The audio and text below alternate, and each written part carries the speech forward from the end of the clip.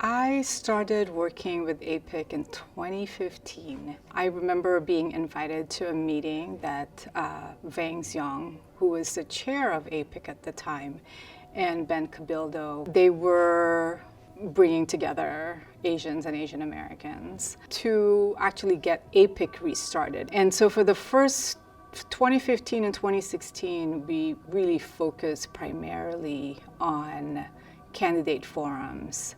There was this initiative that was going to be put on the ballot that would have empowered any city employee to ask for documentation from anybody who would walking around be different, speak with an accent, be a different color, wear different clothes, whatever. And that in a nutshell is me.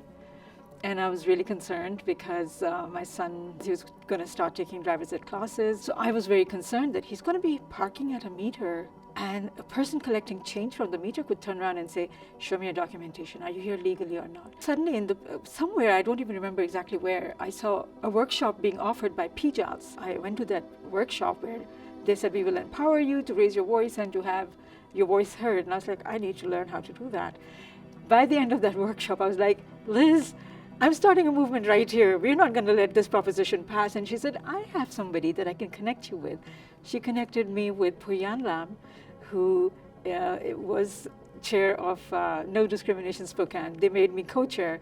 And ever since then, I've been in community with APIC. So I got involved with APIC in 2018 after meeting community members through the Spokane Independent Metro Business Alliance, who had worked with Rowena Pineda at the Spokane Regional Health District.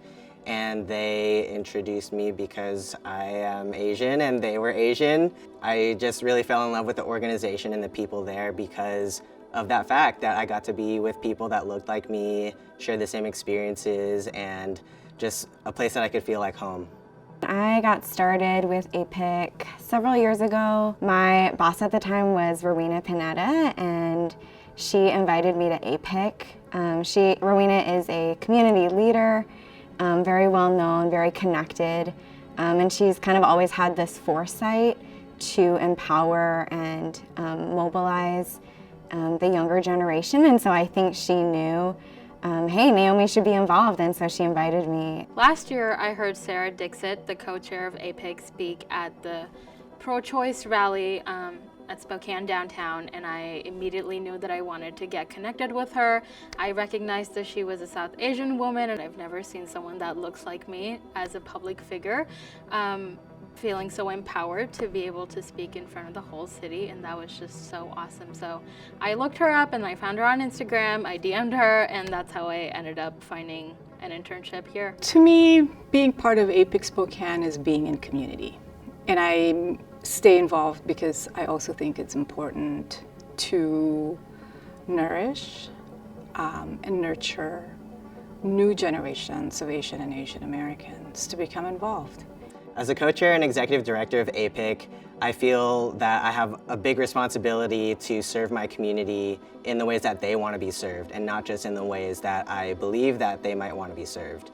I see so many different perspectives as I've been doing this work, and it's really broadened my vision of what it really means to be Asian, and has really brought me back to my roots and just the erasure and the intergenerational trauma and the racism that all comes with being an Asian person in America. Being part of APIC means coming together with the community, whether that means to grieve together or whether it means to come together and collectively advocate for policies that will impact our communities for the better. It creates for me a sense of community that sometimes is missing in Spokane because not everybody gets me. Or I have a particular desire to go watch an Indian movie and there's nobody who will go with me.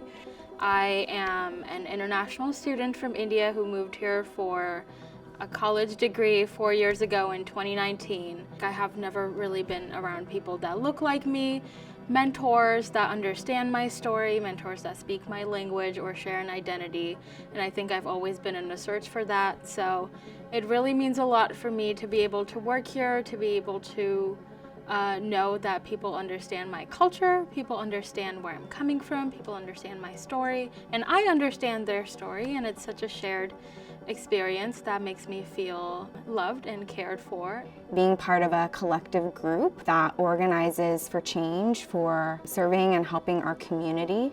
Having the resources that APIC has to share, I feel as if I will be able to spread all of those resources and increase resource literacy so that other people like me who felt the same way like I did can also feel the same joy that I felt here. To work with other immigrant and refugee families and folks, bringing their voices to a point where we can collectively voice things. My vision for APIC is really one that encompasses Asian and Asian Americans and be able to provide a progressive voice for the community in different policy issues. I believe that the vision for APIC really is the community's vision. It's them creating the space and the group that they see themselves a part of and belonging to. And so my son, for him and for children like him, to have that ability to be able to just pick it up from wherever they need to and take it forward, their needs are going to morph. What we are seeing as our needs today as immigrants or as Asian community members are different from what it's going to look like in 20 years' time. And I think that being here and learning about all the resources that we have and how we get them out in the community has been really powerful to learn, because now I know what to tell fellow Asian people about where to go or where to find help or where to feel like you belong here.